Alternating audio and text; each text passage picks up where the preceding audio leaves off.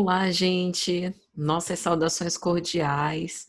Com muita alegria que nós estamos aqui para o GELAC, Grupo Espírita Luz, Amor e Caridade, nesse projeto tão interessante, oportuno, especial, conhecendo o Espiritismo.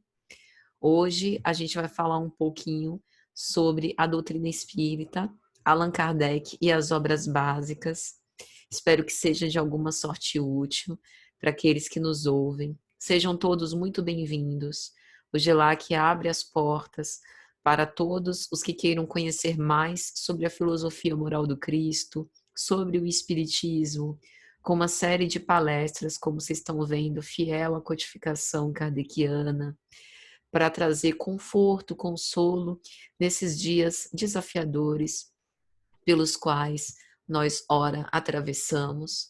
Então, antes de começar, nós rogamos aos benfeitores espirituais, aos nossos espíritos de luz, a Jesus Cristo, o sol dos nossos destinos, que ilumine os bons propósitos desse grupo tão amado para a divulgação espírita e ilumine também os nossos bons propósitos de compartilhar de algumas informações para o nosso esclarecimento, sempre oportuno para as reflexões existenciais dos seres espirituais que nós somos.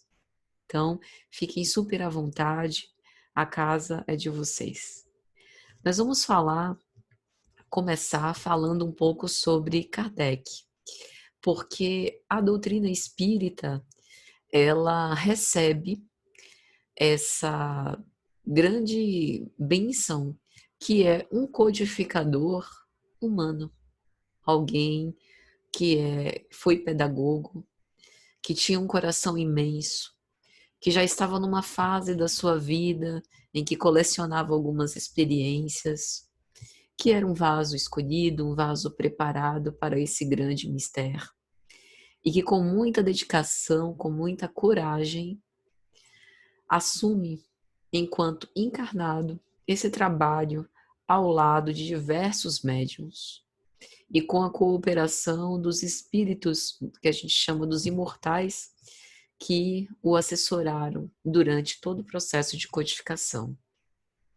Então, talvez nós pudéssemos dizer que Kardec, antes de tudo, antes de codificador, antes de ser humano, antes de espírito imortal, antes de pedagogo, antes de filantropo, foi um continuador do Cristo.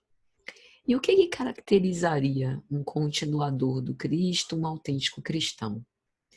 Talvez a melhor resposta esteja no capítulo 13 de João, versículos 34 a 35, quando o evangelista vai dizer: um novo mandamento eu vos dou, que vos ameis uns aos outros como eu vos amei, que também vós uns aos outros vos ameis.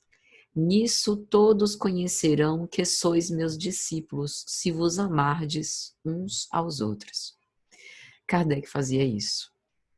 Ele tinha indulgência, era infatigável, trabalhava diuturnamente, varava a madrugada respondendo pacientemente as cartas, colocando essas respostas mais tarde na publicação das revistas espíritas, não se negava a explicar quantas vezes forem necessárias aqueles que eram sinceros e que realmente tinham dúvidas, que gostariam de receber o esclarecimento.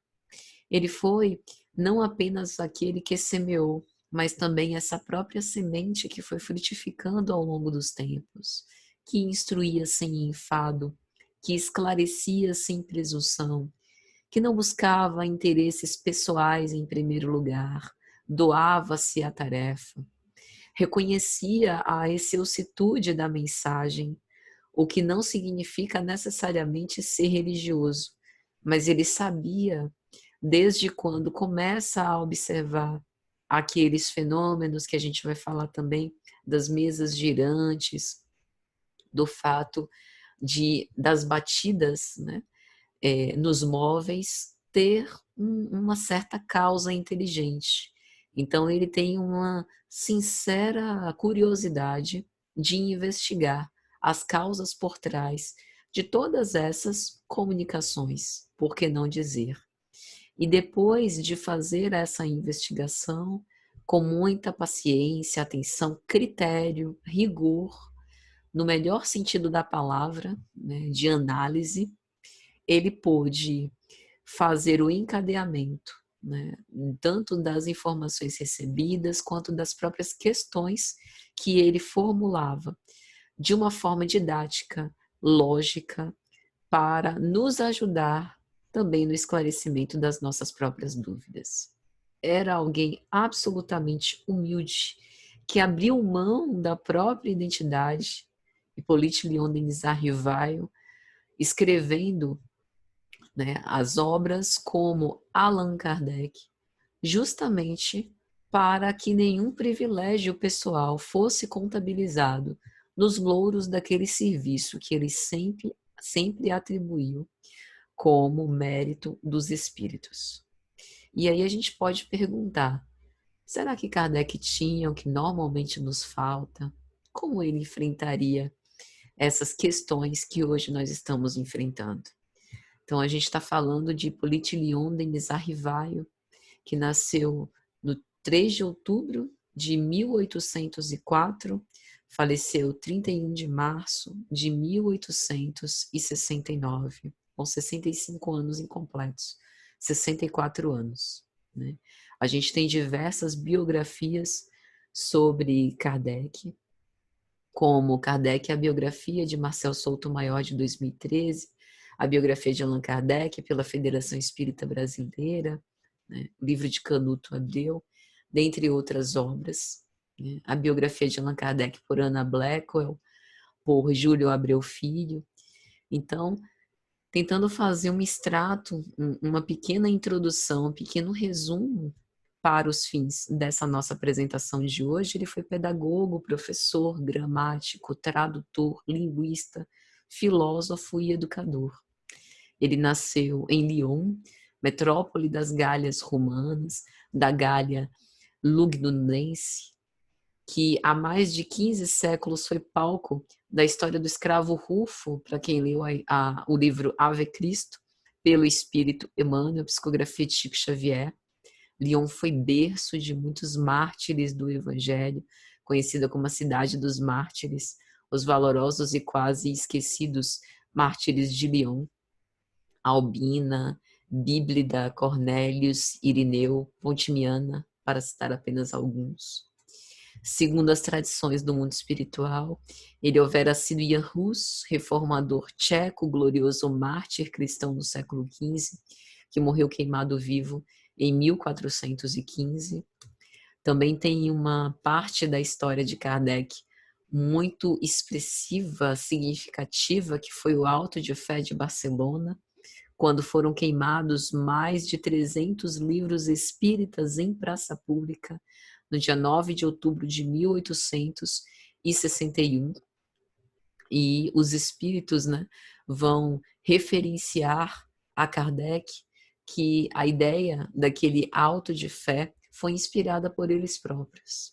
Eles vão explicar que graças a esse zelo imprudente, todo o mundo na Espanha passou a ouvir falar sobre o espiritismo e passou a querer saber o que era.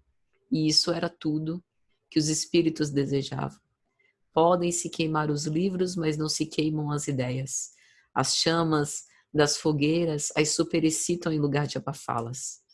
É aquela ideia de que muitas vezes, por conta de não compreender a profundidade da mensagem, buscamos sufocar esses germes que trazem consolo, esperança, conforto a toda dor. Mas, se é possível matar um homem, não é possível aniquilar uma ideia.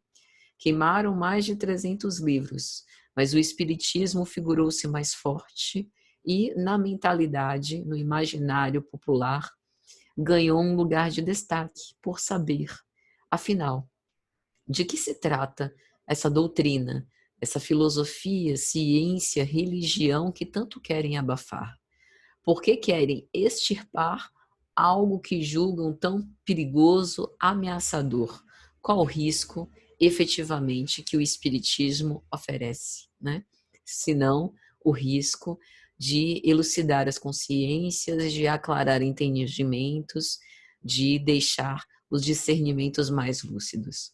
Francisco Thyssen, da Federação Espírita Brasileira, em 1979, escreveu que o ano que viu Kardec nascer registrou o surgimento da primeira sociedade bíblica para a divulgação dos textos das Escrituras, que passou em certo tempo a ser feita em todas as línguas, idiomas, dialetos, em número superior a 1.200 em todo o orbe. Então, nós testemunhamos uma grande propagação desses ensinos dos Espíritos, que figuram-se como o Consolador prometido por Jesus. Jesus prometeu-nos a todos, referindo-se primariamente aos seus discípulos, que mais tarde se tornaram os seus apóstolos, que não os abandonaria.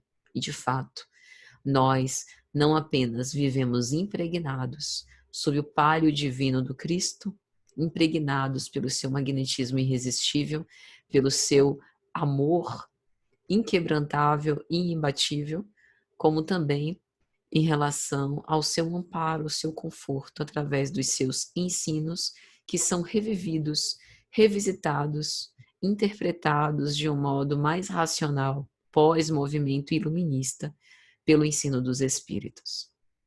Então, é interessante a gente observar tudo isso, porque quando a gente vai analisar a vida de Kardec, a gente vai perceber ele realizando um serviço muito discreto e às ocultas, como educador de crianças, segundo o método de Pestalozzi, com adaptações que foram retomadas por reformadores do ensino no século XX. Kardec passa cerca de 31 anos nesse serviço anônimo, de 1819, mais ou menos, até 1850. Johann Henrique Pestalozzi, que nasceu em 1746 a 1827 e trabalhou no Instituto de Yverdon, em Zurique, Suíça, foi esse grande mentor, né? Foi quem grandemente inspirou o Kardec pedagogo, o Kardec educador, o Kardec filósofo. Pestalozzi dizia que o amor deflagra o processo de autoeducação. Ele fazia um trabalho muito voltado para o esclarecimento, sobretudo das famílias, para esse desenvolvimento socioemocional das crianças e esse laço afetivo que a gente vê, por exemplo, nas próprias epístolas paulinas, porque a gente também pode considerar Paulo um grande educador, quando ele se refere a Timóteo. Ele cria o laço afetivo para despertar na juventude aquele gosto, não apenas pelas letras sagradas, mas pela entrega da própria vida ao ministério redentor. Então, Pestalozzi acreditava nessa dedicação, tanto à família, principalmente à figura das mães, para que a partir dali as crianças pudessem desenvolver os seus potenciais, tanto de ordem cognitiva quanto de ordem emocional. Então, ele trabalhava com a educação no sentido integral, cabeça, mão e coração, os aspectos intelectual, físico e também moral. E isso foi muito inspirador para a vida de Kardec. Para ele, a disciplina exterior era substituída pelo cultivo da disciplina interior. Então, enquanto a gente está acostumado, principalmente quando vimos no século XX uma cultura bastante coercitiva, repressora, do não pode, da criança ter que agir de determinado modo com o objetivo de controlar todos os seus movimentos, ser bem educada, ter todos os seus impulsos reprimidos. A ideia de Pestalozzi era de uma naturalidade, de uma espontaneidade, de uma vivacidade que pudesse deixar a criatividade trabalhar em favor de uma conquista íntima da própria disciplina. Então, não disciplina como uma força de que temo, que me é imposta, né, com veemência, mas uma espécie de convicção íntima que vou desenvolvendo. Isso muda tudo, porque nessa conjuntura o aluno passa a ser protagonista do seu próprio processo de aprendizagem, mais que o conteúdo, né, desenvolvendo valores próprios. Nós podemos considerar Kardec, até essa época, pelo menos, como ateu, cético, e é lógico que depois das observações que ele faz com respeito a todos esses fenômenos espíritas que a gente vai comentar, ele vai inclusive se posicionar dizendo em 1828: aquele que houver estudado as ciências rirá da credulidade supersticiosa dos ignorantes, não mais crerá em espectros e fantasmas, não mais aceitará fogos fátuos por espíritos. Kardec disse isso em 1828. Então, isso diz muito com respeito a essa crítica, a esse poder de análise, a esse ceticismo importante para um trabalho fidedigno, para um trabalho analítico, para um trabalho que não seja completamente imparcial, porque nenhum de nós é completamente imparcial, mas um trabalho de observação acima de tudo e de grande compromisso ético com aquilo que ocorre, né?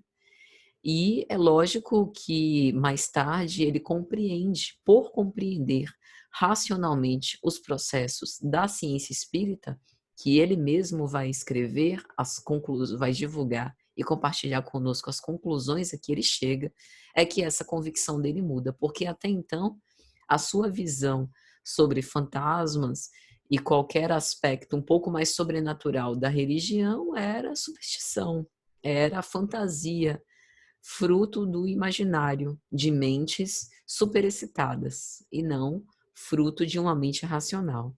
Então, ele mesmo passa por esse processo de mudança, e isso é absurdamente interessante para todos nós, sobretudo aqueles que, como ele, também entramos, né, eventualmente, no espiritismo como céticos. Ele era bacharel em letras e ciências, estudioso também das ciências médicas, fluente em vários idiomas, como alemão, inglês, italiano, espanhol e holandês. Em 1832, ele se casa com Amélie Gabrielle Boudet, 9 anos mais velha que ele, né? Publica algumas obras sob o ponto de vista educacional, em 1824, curso Prático e Teórico de Aritmética, em 1828, o Plano apresentado para o melhoramento da instrução pública. E é interessante a gente observar que os seus pendores, as suas aspirações, possivelmente o teriam impelido para o misticismo, mas a educação, o juízo reto, a observação metódica o conservaram igualmente ao abrigo de entusiasmos desarrazoados e de negações não justificadas. Mas, de fato, sua missão como codificador da doutrina, como continuador do Cristo, tem início quando ele faz, ou mais ou menos, quando ele faz 50 anos de vida. E isso também é muito interessante, como nós já dissemos, acompanha um pouco desse processo de experiência e de amadurecimento. A partir do ano 1854, aproximadamente, começam a ocorrer o fenômeno das mesas girantes na casa do senhor Fortier, que a princípio a especulação da causa era de fontes magnéticas ou de origem elétrica. Em maio de 1855, na casa da senhora Plenimaison, o fenômeno das mesas e cadeiras girantes, na companhia do senhor Baudin. E Kardec, nessa oportunidade, vai dizer que suas ideias estavam longe de se haver modificado. Ele continuava achando fantasioso o fato de achar que fantasmas existiam, fruto da superstição. Mas, naquele fenômeno das mesas girantes, havia um fato que devia ter uma causa. Então, ele aplica a essa nova ciência, que era diferente de uma ciência material, porque os fenômenos ali observáveis não eram materiais, embora os ruídos o fossem, mas a causa possivelmente não era. Muito embora ele especule, né, de início as razões voltadas para o magnetismo e para a eletricidade, mas ele aplica essa nova ciência o método da experimentação. Ele comparava, deduzia as consequências, não admitia como válida uma explicação, senão quando ela podia resolver todas as dificuldades da questão. E é interessante nesse momento a gente dar uma lida na introdução de O Livro dos Espíritos, né, cuja primeira edição se deu em 1857, sobre esses fenômenos. Ele vai escrever no item 3 da introdução. O primeiro fato observado foi o de objetos diversos colocados em movimento. Designaram vulgarmente sob o nome de mesas girantes ou dança das mesas. Esse fenômeno parecia ter sido observado primeiro na América ou antes, que se renovou nesse continente, porque a história prova que ele remonta à mais alta antiguidade. Se produziu acompanhado de circunstâncias estranhas, tais como ruídos insólitos e pancadas, sem causa ostensiva conhecida. De lá, ele se propagou rapidamente pela Europa e outras partes do mundo. A princípio, levantaram muita incredulidade, mas a multiplicidade das experiências logo não mais permitiu que se duvidasse da realidade. Então, o fenômeno era admitido como real por conta de despontar em locais diferentes sob circunstâncias distintas quanto menos se esperava. Era um fenômeno espontâneo. Se esse fenômeno tivesse sido limitado ao movimento de objetos materiais, poderia se explicar por uma causa puramente física. Estamos longe de conhecer todos os agentes ocultos da natureza e todas as propriedades daqueles que conhecemos. A eletricidade, aliás, multiplica cada dia ao infinito os recursos que proporciona ao homem e parece dever iluminar a ciência com uma nova luz. Então, ele chega, inclusive, a especular aqueles estudos de Galvani com respeito à eletricidade animal. Ele fez uma experiência, ele trabalhava com dissecamento, né, de rãs no seu laboratório. E no momento em que ele toca com o bisturi em uma das rãs, ele percebe um estímulo nervo-sensório no próprio animal, né, já sem vida, como se houvesse um resquício de alguma eletricidade animal. Por analogia, ele pensou que também poderia haver uma origem elétrica ou magnética por trás daquele movimento. Mas como explicar essa origem elétrica ou magnética num movimento que é espontâneo e completamente alheio à vontade das pessoas e que mais parece designar uma mensagem que faz sentido, uma mensagem que é inteligente. Porque se fosse qualquer coisa, só as pancadas, né? Como se fosse um fenômeno ao acaso, ainda pela multiplicidade, não necessariamente a causa seria inteligente, ou pelo menos não como havia se cogitado. Mas realmente era de se estranhar o fato de haver também mensagens por trás disso, né? E ele ainda vai dizer que o movimento, que geralmente era um movimento circular, não tinha nada de extraordinário. Ele está na natureza. Todos os astros se movem circularmente. Poderia ser um pequeno reflexo do movimento geral do universo. Mas o movimento não era sempre circular.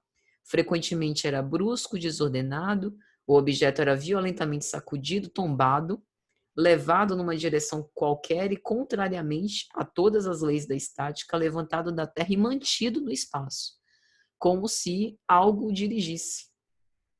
Nada ainda que não possa se explicar pela força de um agente físico invisível, né? Mas, dentro do domínio desses fatos, né, prevaleceu com certeza a ideia de que, embora os objetos se movem, parecia haver uma lógica, ou pelo menos uma vontade, por trás de todos aqueles movimentos, né? Então, Allan Kardec, ele nunca pensou em desistir. Ele sempre buscava incansavelmente todos esses fenômenos e a explicação por trás, porque deveria haver, de fato, uma explicação lógica. Continuando na introdução, ele vai dizer, no item 4, né, Se os fenômenos que nos ocupam fossem limitados ao movimento dos objetos, teria ficado no domínio das ciências físicas, mas não foi assim. Acreditou-se descobrir que o impulso dado aos objetos não era proveniente apenas de uma força mecânica cega, mas havia intervenção de uma causa inteligente. Mas que força inteligente é essa? Né? As primeiras manifestações inteligentes, vai dizer ele, ocorreram por meio de mesas se levantando e batendo com um pé um número determinado de pancadas, não aleatório, e respondendo desse modo por sim e não, segundo a convenção a uma determinada questão posta. Até aqui, nada que convencesse seguramente os céticos. Veja que ele, o tempo inteiro, mantém-se arrimado nessa coisa racional e analítica. Poderia-se crer uma coincidência, efeito do acaso. Obtiveram-se depois respostas mais desenvolvidas por meio das letras do alfabeto. Um objeto móvel batendo um número de pancadas correspondente ao número de ordem de cada letra. A primeiro, B segundo e assim por diante, chegava a formular palavras e frases que respondiam às questões propostas. A precisão das respostas, sua correlação com a pergunta, aumentaram o espanto. Esse gênio ou ser misterioso respondia quando interrogado e declarou que era um espírito. E aí as coisas mudam, porque, como diz Kardec, ninguém imaginou os espíritos como um meio de explicar os fenômenos. Foi o próprio fenômeno que revelou a palavra. Daí essa ciência da experimentação e da observação. Então, ele mesmo vai dizer depois, reconhecer que os espíritos não são senão as almas dos homens, evitou-me o grave escolho de crer na sua infalibilidade, que é o segundo ponto, né? Depois de cair em si, não, mas de ter essa reflexão com respeito a essa causa inteligente, né, dos próprios espíritos, também não partir para o fanatismo religioso. Agora eu vou perguntar tudo para os espíritos porque eles sabem de tudo. Estão sem corpo, são perfeitos. Então, entender que o espírito foi um homem e que agora, despojado do corpo físico, está livre, diz Kardec, evitou que ele cometesse esse grave engano que muitas vezes a gente tem quando um espírito se comunica, né? Necessariamente a gente vai receber aqui uma grande mensagem que precisa ser levada a sério quase que cegamente. Né? Não há definitivamente essa infalibilidade só por essa condição, né? De despojado do corpo físico. Então, assim, começaram essas manifestações dos espíritos protetores, né? Essas comunicações foram feitas através de diversos médiuns e Kardec teve o cuidado de fazer toda essa triagem, buscando repetir as perguntas para médiuns diferentes para buscar essa consonância, né? Para que fosse chegado a esse critério, né, universal do ensino dos espíritos. Em 1855, ele vai escrever que a princípio não tinha em vista senão a própria instrução. E mais tarde, quando viu que tudo aquilo formava um conjunto bem ordenado, bem encadeado e consistente de ideias, e tomava as proporções de uma doutrina, ele teve o pensamento de publicar para a instrução de todos, né?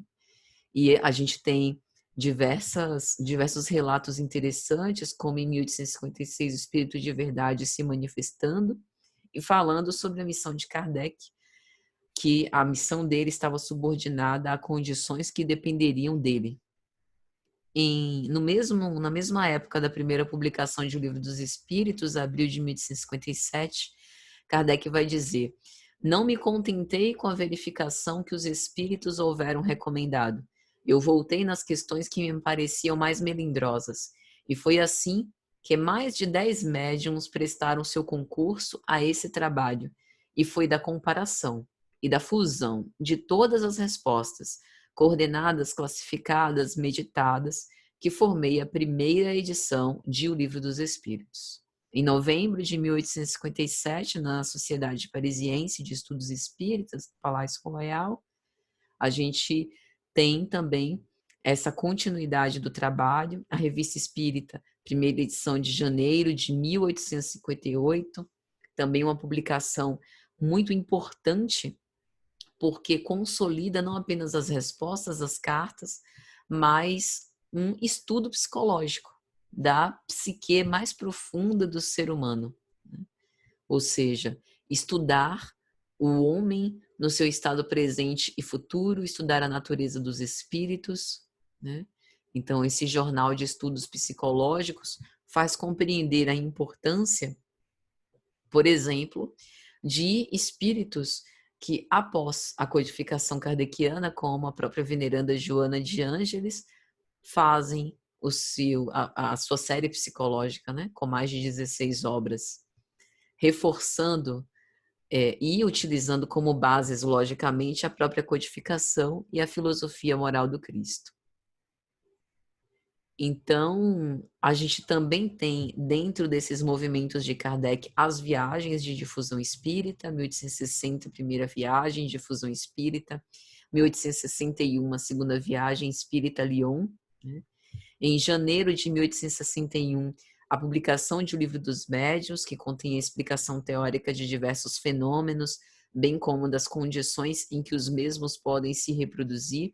1862, a terceira viagem espírita a Lyon, quase 4.000 quilômetros percorridos, né? Em abril de 1864, publicação de O Evangelho segundo o Espiritismo. Em agosto de 1865, a obra O Céu e o Inferno.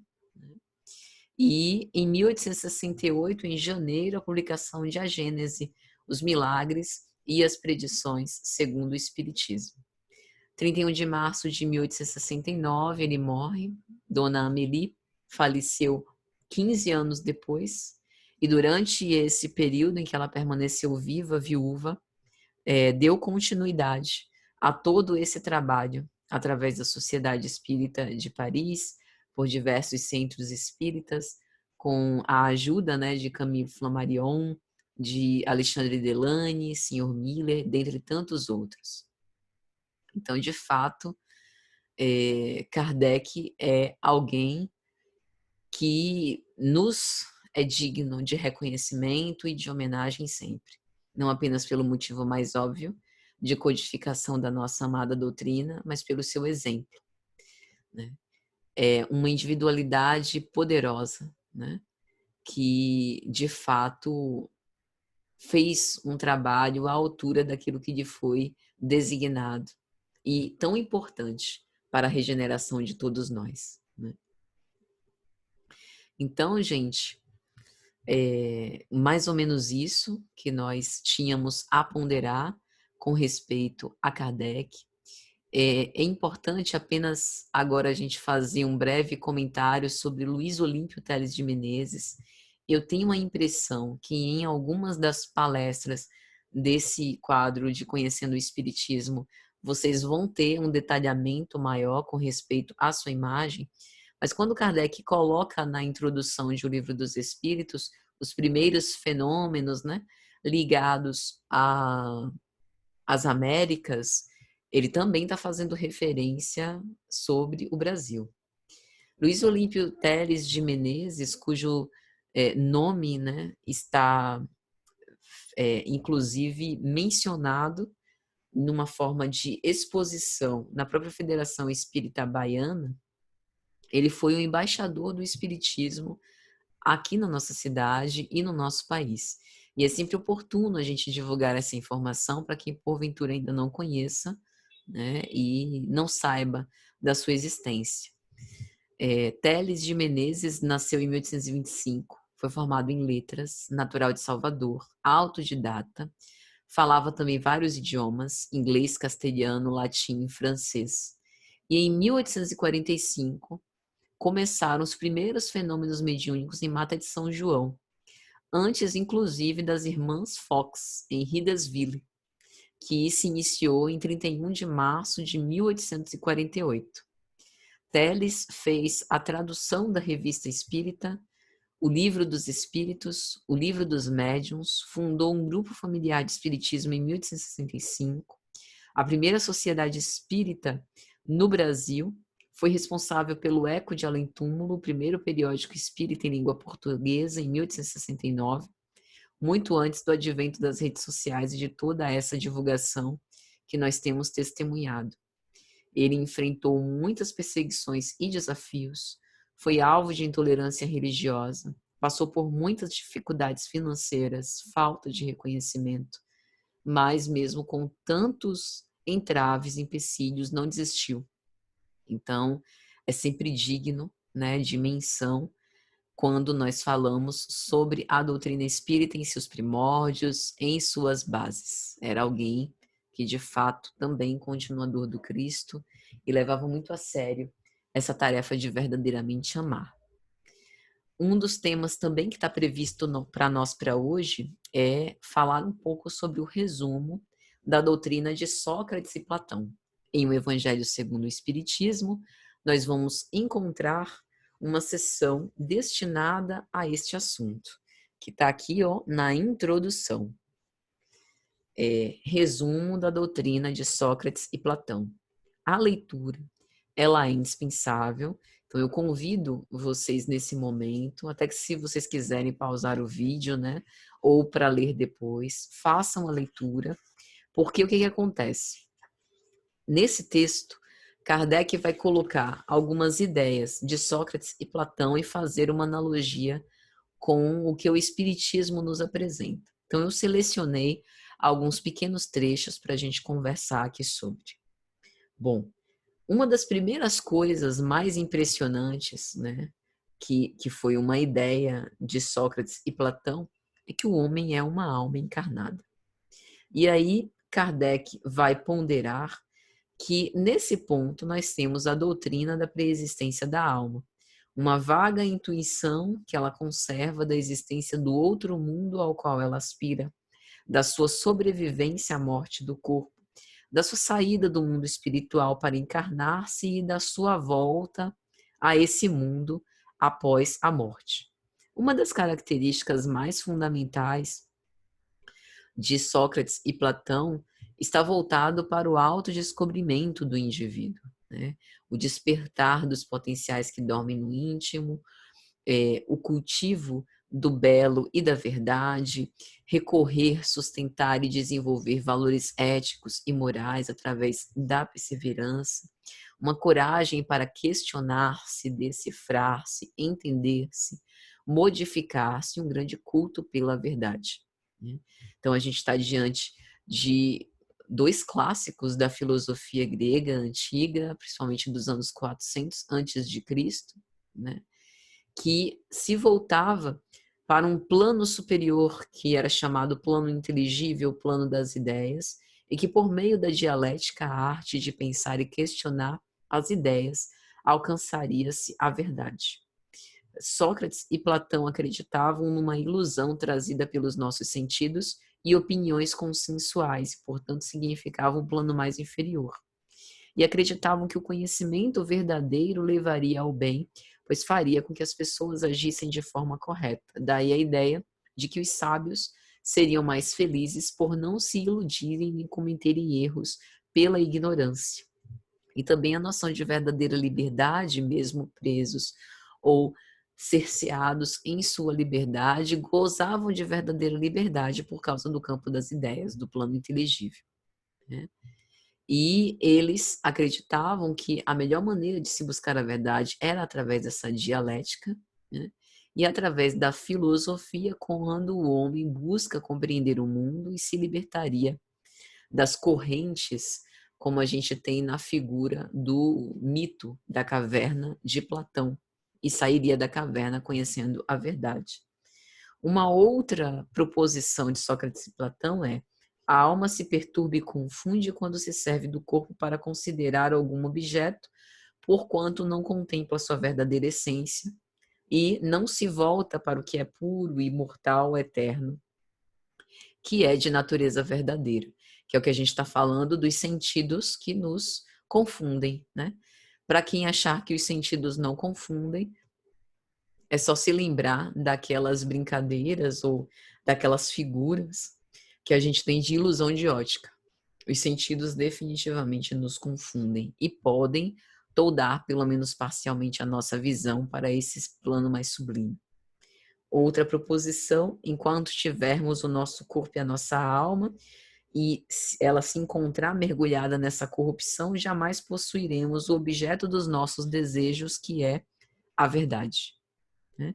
E, diz Kardec, aqui nós temos o princípio das faculdades da alma, obscurecidas pela mitigação dos órgãos corporais, dessa neblina carnal, como diz Emmanuel, e da expansão dessas faculdades depois da morte, né? É interessante a gente ponderar que tem um diálogo de episteme ou do conhecimento entre Sócrates e Teeteto. A conclusão do diálogo é quando você se afasta da posição de sofista, que o homem é a medida de todas as coisas, né, do relativismo de Protágoras, a gente pode passar a experimentar o erro. Segundo o sofista, não existe o erro, porque não existe verdade, tudo seria relativo, e a verdade seria o efeito de uma argumentação bem-sucedida, um convencimento pela retórica. Para Sócrates, o importante não seria exatamente encontrar a verdade absoluta, mas ter acesso a essa experiência, que nós possamos errar na busca do conhecimento. Então, ele não se dizia ou se colocava numa posição de detentor ou dono da verdade em absoluto, o que não significa que a verdade não exista. O método socrático da maiêutica está justamente em perceber que a experiência do fracasso em busca do conhecimento é constitutiva, né? Então, nessa maiêutica socrática, a maieutique, a ciência do parto, a ideia é parir o conhecimento, dar à luz ao verdadeiro conhecimento. Então, esse método socrático de investigação do conhecimento, em que duas pessoas dialogam, professor, aluno, por exemplo, através de perguntas bem dirigidas de um, faz com que o outro passe a encontrar o conhecimento em si mesmo pelo espaço que dá para se questionar. Então, é um verdadeiro parto, buscar mentalmente a verdade. E isso nos leva a nos analisar, nos questionarmos, nos perguntar, reconhecer nossa ignorância. E a base é o estado prévio do não saber. Eu só consigo atingir a verdade porque eu pressuponho que não sei, né? E isso é interessante. Conhece-te a ti mesmo, torna-te consciente da tua ignorância e serás sábio. Então, voltando aqui para nosso resumo, né, da doutrina de Sócrates e Platão, uma das proposições diz respeito ao gênio, ao daemon, né? Ou seja, como Kardec vai explicar, a palavra daemon, da qual se originou o demônio, não era tomada no mau sentido na antiguidade, como hoje nos tempos modernos. Não se aplicava essa palavra apenas aos seres malfazejos, mas aos espíritos em geral, entre os quais se distinguiam os menos elevados, ou demônios propriamente ditos, que se comunicavam diretamente aos homens. Se a gente substituir a palavra demônio por espírito, teremos a doutrina espírita. Se substituirmos demônio pela palavra anjo, teremos a doutrina cristã. Então, esse daemon, esse gênio, fala sobre essa essencialidade do ser imortal que todos nós somos, né? Assim como o cristianismo e o espiritismo, Sócrates e Platão compreendiam que a preocupação constante do filósofo é a de ter o maior cuidado com a alma, menos em vista desta vida, que é apenas um instante, ou a ideia da pluralidade das existências, ou pelo menos da perpetuidade da alma após a morte, do que em vista da eternidade. Se a alma é imortal, não é sábio viver com vistas à eternidade. Então, essa ideia permeia o pensamento socrático e platônico. Outra proposição: não se deve retribuir a injustiça com a injustiça, nem fazer mal a ninguém, qualquer que seja o mal que nos tenha feito. Poucas pessoas, entretanto, admitem esse princípio, e as que não concordam com ele só podem se desprezar umas às outras. Fora da caridade não há salvação, e o Espiritismo nos propõe alguns gêneros de caridade bastante desafiadores. Caridade com os criminosos, Caridade com os que nos fazem mal, com os odiosos, com os enganadores, né? Com os nossos inimigos, justamente para tentar nos, como é que eu poderia dizer, desestimular ao movimento de vingança e de ódio que é contrário à caridade e à humildade, né? A sabedoria está em não pensares que sabes aquilo que não sabes, né? A gente tem aquela velha ideia de Sócrates, né? Do só sei que nada sei. Isso é bastante corrente na, na sua abordagem, e Kardec vai comentar o seguinte: Platão complementa o pensamento de Sócrates a essa humildade e esse não saber, né, prévio, dizendo: tentemos primeiro torná-los, se possível, mais honestos nas palavras. Se não conseguirmos, não nos ocupemos mais deles e não busquemos mais do que a verdade. Tratemos de nos instruir, mas não nos aborreçamos. É assim que devem agir os espíritas com relação aos seus contraditores de boa e má fé, complementa Kardec.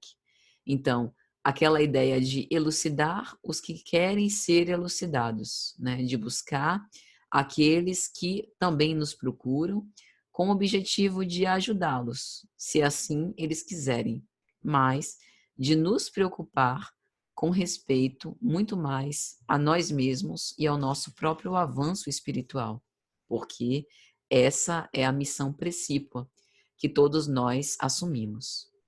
Então, meus amigos, é mais ou menos isso. Espero que tenha sido de alguma sorte útil, né? Para finalizar, eu quero apenas colocar mais um pequeno adendo com respeito a Sócrates. Narra-se que, ao retornarem do santuário de Delfos, após consultarem o deus Apolo, a respeito de quem seria o homem mais sábio da Grécia, alguns filósofos atenienses buscaram Sócrates e lhe perguntaram com certa ironia: tu fostes indicado por Apolo como o homem mais sábio da Grécia. Tens algo a dizer? E Sócrates teria respondido: talvez isso seja verdade, porque sou possivelmente em Atenas o único homem que sabe que nada sabe. Então não havia qualquer presunção ou espírito de exibicionismo na resposta, mas um gesto de nobre humildade diante da grandeza da vida e de todos os dons que permeiam, porque a sabedoria sorri, enquanto a vacuidade e o conhecimento estulto se exibem, embora superficiais, logo se desvanecendo diante de questões profundas sobre a existência humana e da realidade do ser. Então, na esperança que tenha sido de alguma sorte útil, né, que tenha aclarado algum discernimento, adicionado algum tema novo, atualizado, algo que vocês já sabiam, nossos votos de muita paz, nosso sincero abraço a essa casa que nós amamos tanto, e até a próxima, se Deus assim permitir. Um grande abraço a todos.